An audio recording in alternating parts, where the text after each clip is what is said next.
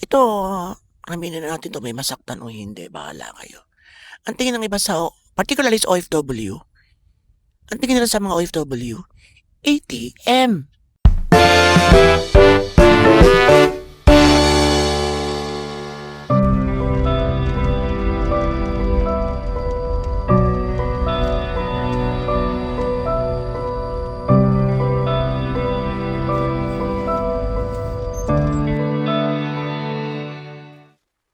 Ininspeksyon ko lang ang bahay. Darating si kapatid, ipapatabas natin ito.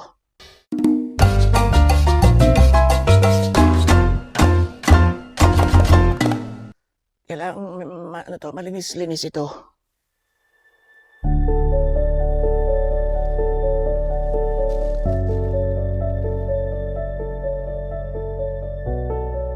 Ayan. Yung ating lumang balikbayan box, wala na. Nadayoktok na. Nung huling punta ko dito, nailabas ko yung mga sentimento ko, mga nilalaman ng puso natin tungkol sa balikbayan box na sinasabi lang natin na kahon. Isang box, isang balikbayan box, wala na, gano'n na. Pero may malalim na itak yan sa ating puso. Sa mga OFW, sa mga manggagawang Pilipino sa mundo. Alam niyo kung anong gusto kong sabihin. And, yun. Nung last week, ito yung lumabas mula sa puso ko. Paalis na ako mula sa aking pagbisita sa aming lumang bahay nang muli kong makita ang isang malaking bahagi ng aking buhay abroad. Ipinalinis ko ang bahay. Ipunin ang mga basura pero wag mo nang itatapon para ma-check ko. Baka may kailangan pa akong isalba kahit basura na siya sa mata ng iba. Yung talagang panapon na, ilabas nyo na. Iyon ang bilin ko. Kanina sa loob, nakaplastik na ilang bagay na mukhang pwede pang itago. Etong kahon, inilabas na nila. Isa lang ang ibig sabihin nito na hindi ko na kailangan i-explain pa. Sa 12 taon ko sa Japan, sa bawat uwi, sa bawat pagbisita sa aking inay, andyan lagi ang aking balikbayan box. Unti-unti ko itong pupunayin habang papalapit ang pagbabakasyon. Naaalala ko ang bawat excitement, bawat ipon, bawat ngiti tuwing nagbabagsak ako ng whatever sa kahon. Magic kahon ang tawag ko sa kanya noon.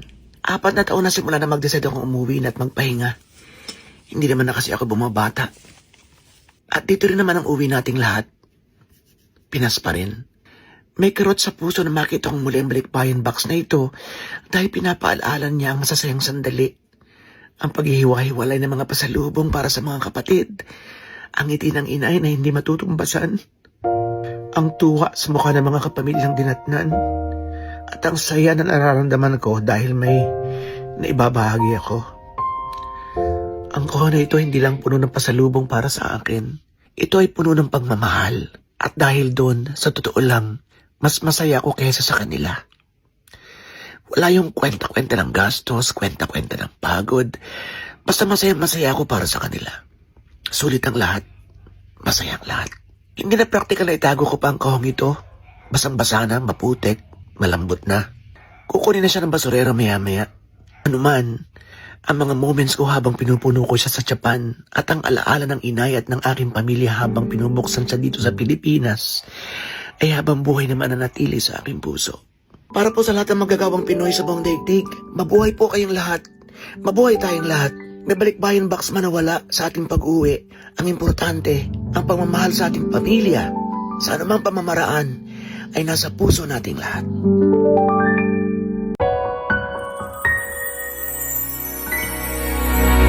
Ayun, so, tara na at po kayo magkakakalas at pag-uusapan natin ngayon ang isa pang o ang ilan pang mga bagay-bagay na minsan ay tumutusok na sa puso, isip at damdamin ng mga OFW, mga bonggang-bonggang nagtatrabaho sa ibang bansa para sa kanilang mga pamilya. Po kayo magkakakalasama kaya.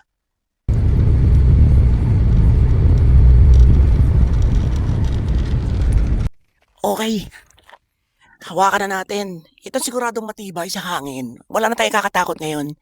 Di ba kaya tayo hindi pa maka-vlog sa area na to? It's because ng lalakas ng hangin. Pero kayo with this, Boya Mike, ay nako, kaya bili na kayo. Punta na kayo sa TikTok ko, ito yung link. Kung may lalagay ko yung link ha, kung hindi, pasya lang kayo doon. Makikita niyo yung vlog ko doon na ang title ay parang Boya and may yellow basket. Yun. Order kayo doon. Kung bibili rin lang kayo doon na sa akin. I-try ko rin iyan na dito, i-attach. Ayan. O i-tag. OFW. Not only OFW, but all Pinoys abroad. Meron mga nakapag-asawa na, meron mga permanent residents na ng kanilang bansa. So, hindi na OFW talaga basically ang tawag sa kanila, kundi Pinoy overseas or overseas Pinoys. Overseas Filipinos. Whatever, may mga asawa man o lahat, 99% tuloy pa rin ang kahit ng mga yan. Para sa inyo, para sa ating lahat. And then, nababaliwala minsan. Let's go straight to the point muna bago natin i-detalye. Ang aking tinutumbok is, may isa o dalawa akong kaibigan na natatrabaho sa abroad na andun pa rin yung mga hinaing na kapapadala lang. Ito yung isang sample, kapapadala lang, hinihinga na naman. Ang tingin kasi ng iba, ito, aminin na natin to, may masaktan o hindi, bahala kayo. Ang tingin ng iba sa, particularly sa OFW, ang tingin nila sa mga OFW, ATM. Minsan DSWD pa. Ay nako. Bangko. Palawan. Luwil-air. Yan ang mga naiisip natin pag sabing, OFW ka, ting, ting, ting, OFW, Palawan, yan, padala ko na, express. Diba? I hate to admit this, but when I was still here in the Philippines, English tayo, and may dumarating na kaibigan natin na galing abroad, super inggit talaga ako. Dalawang klase man na inggit, yung inggit na gusto mo maging kagaya rin nila or inggit na gusto mo siyang ibagsak. So doon tayo sa una. So, yun. Alam niyo ba na that's why hindi ako masyadong imberna sa mga nangungulit. Uy, pasalubong ko or ganito. Because I was like them before. Hindi ba ito aminin ng iba? Bahala kayo, basta ako aamin ako na pag nalaman ko nandiyan na ay, sugod akong ganyan. Nakakatuwa naman, may mga reserba na sa akin. Na tsokolate. Pag may tsokolate tapos isang sigarilyo, tuwan-tuwa na ako. Ganoon. Kaya nga pinagkaano ng tsokolate, it's either sabihin ko na wala na, which is basically totoo naman na wala na. Or, sige, minsan ako pang nagdadala. Ganun kasi, pag nangyari na sa iyo yung dati yung ikaw yung nananalubungan or something, ang intention mo ngayon, pag ikaw naman yung nasa taas o ikaw na yung nasa abroad, yun pa rin pangunahin mo. Teka, abot ako sa teka, maglalagay ako ng mga 10 pa ritong extra kasi baka may mga kaibigan ako biglang ganun. Huwag na mo natin isingit yung ay nako. Unahin ang sarili, mag-ipon para sa ano. Kasi napag ka naman yung ilang mga buti ng tsokolate para ipagdamot ko pa. Ano naman magagawa nun sa kinabukasan ko? Diba? Kahit masabihin ako pag naipon-ipon niya marami rin ako, walang kiber. The most important thing is, lahat naman mawawala. Yung ibang, di ba? 100% na hindi naman alam nating lahat. Di ba? May bigla na lang tumutumba. Yung mga pera-pera nila, nakatuwang-wang na lang. Kung kani-kani nila napupunta, yung kanila mga tinatago-tago, mga tsokolate at mga lumang kagamitan na hindi ginagamit. 10 taon na naka-plastic. Kung kanina na lang mapupunta. So, yun. Pero saka na natin mag-usapan yan, yun ngayon muna. Na ang daming mga OFW yung nasasaktan na deep inside. Dahil minsan sila pa yung masama. Hindi na utangan ang sama mo na. Hindi ka nakapagpahiram sa ganito, ang damot mo na. Hindi ka nakapagpaluag sa ganito, sa kanya. Ang sama-sama mo ng tao. Sa totoo lang po, sa Japan mga 3 na na-encounter ko na walang pera. 3 sitwasyon. Yung isa, nang hiram sa akin ng pambayad ng kuryente. Sa Japan ang ganda. Walang pambayad ng kuryente. Kasi may mga sitwasyon yan. Minsan walang trabaho, minsan ayaw payagan ng asawa, minsan hindi kaya ng katawan, minsan walang mapasukan na akma sa kanya. Mga ganun. And then minsan merong umiiyak at hindi inaabutan ng asawa, walang pambayad ng ganito. Nasa Japan. At alam kong hindi lang sa Japan, maging sa Amerika, Europa, Italia, for example, Spain doon. Maraming Pinoy doon, di ba? Or Middle East. Lahatin na natin. Hindi lahat ay may kwarta. Tapos pag nakita pang may bago kang bag na taladala, may bagong bag, hindi ako napahiram isang araw. Nagsasabi na naman ako at may sakit yung kanya. Inaanak din naman niya. Kaya mga bunganga. Nakita ka lang na kumain ka sa restaurant twice sa loob ng isang buwan. Hindi mo alam na libre ka lang dun sa isa. Ang parating na agad sa kanila mga kaibigan, diba? Ang lakas kumastos. Ay, ang lalaking ayam ay. Ang kinakain. Ay, nagsabi akong ang kanyang bayaw ay may ubo. Malala ng ubo dadalhin sa ospital. Kahit magkakapapadala lang niya ng isang linggo, ay sa kailangan sa palalapit.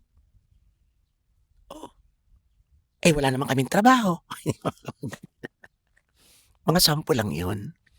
Ang ibig kong sabihin, ito na, pakitaan natin sila ng pangunawa at huwag natin laging ikabit sa kanila ang pera. Kasi hindi naman lahat nga ay meron. Kung hindi man kayo mabigyan lagi, palagi na meron. Save din para sa sarili. Pangalawa, may mga ambisyon din na gustong abutin. Ipagawang ganito, ipagawang ganoon. Baka na, mali natin pag nag-for good na gusto pang mag-aaral. Number 3, kaya hindi makapagpadala, wala nga. Maniwala kayo. Maraming walang pera. Ako na ilang beses ako nakaranas na nakaranas ako ng gutom, nakaranas akong 8 araw pa ang sweldo, isang sardinas, isang karnin horte, di ba? So yun, ang advantage ko is, meron akong kapatid doon, at meron akong mga kaibigan. Pero hindi naman lahat kasi ganun ang sitwasyon. Meron mga malapit sa bundok, di ba? Na walang kakilalang Pinoy na pwedeng mahiraman anytime. Merong nasa gitna ng gera. Alam mo kung gano'n nakakatakot yun at nakakapanghina na hindi ka matali, hindi ka makalma because may baka any moment baka may biglang sumabog or something. Tapos nawalan kayo ng trabaho. Di ba mga gano'ng sitwasyon? Isipin natin yun, mga kapamilya at mga kaibigang Pinoy sa Pilipinas. Yung mga gano'ng possibilities, yung mga gano'ng mga realidad. Huwag natin lagi silang paghanapan at huwag natin lagi silang hingan man natin. Wala na talaga ibang malapitan. Pag sinabing, ay wala naman talaga ay huwag nang i-chismis sa kapitbahay. Sariling mga kapamilya at sariling mga best friends ay ilalabas mo na yung kanyang mga kakulangan at mga nagawa mo sa kanya dati, papaoy pa because of those situations hindi ka mahirap. Huwag pong ganun. Kasi mga OFW, tuloy lang buhay. Wala mang may padalang mga malalaking kahon. Wala mang madala o maiuwi malalaking kahon. Sa bawat uwi natin sa Pilipinas, diretso lang tayo. Ang mahalaga ay nasa puso natin ang pamilya. Magtagumpay tayo, lumaki yung lumago ang ating, kung may business man tayo or something, or pangkabuhayan abroad, bahagi sila yung mauuna. Yun. At alam ko namang mayorya ng OFW ganyan ang nasa puso, pamilya. Minsan hindi lang maramdaman yun ng mga kapamilya sa Pinas because ATM nga ang dati. Ang tingin talaga nila sa mga nasa abroad. Matik na may kwarta ay hindi ho totoo. Oo! Ano ka kayo? Bilib sa inyo? Huwag kong ganyan. Pag uuwi, aalalayan. Kasi OFW. Kahit hindi ganyan, talagang kami ang gagastos Kasi nangangapa kami, alam namin na mas meron kami sa mga oras na yun. Alam niyo ang tanging gusto lang ng OFW, maramdaman na ina-appreciate ninyo yung mga niaabot. At kung wala mang maiabot, still nandun pa rin, ramdam pa rin niya o ramdam pa rin namin. Nandun pa rin yung care, concern, and pagmamahal. Yun ang pinaka-importante. Hindi yung pagkakauwi ng OFW, 2 weeks, syempre wala ng pera. Hindi man lagi malalaki yung sweldo. Sa Thailand, nagtrabaho, Diyos ko, 30,000. Ipalagay ng 40-50,000 ngayon. Nasa abroad ka. Laki ng gastusan. May mga ganun, may mga nag-a-abroad na ano lang kaya, diskarte lang din. Ayun, so ibigay natin yun sa kanila. Para mas ganahang magtrabaho. Mas makapag-abot. Kapag magaan sa kalooban ng bawat araw. Alam niyang walang nagmumura sa kanya. Alam niyang walang nagchichismis sa kanya. Alam niyang walang nagdaramdam sa kanya.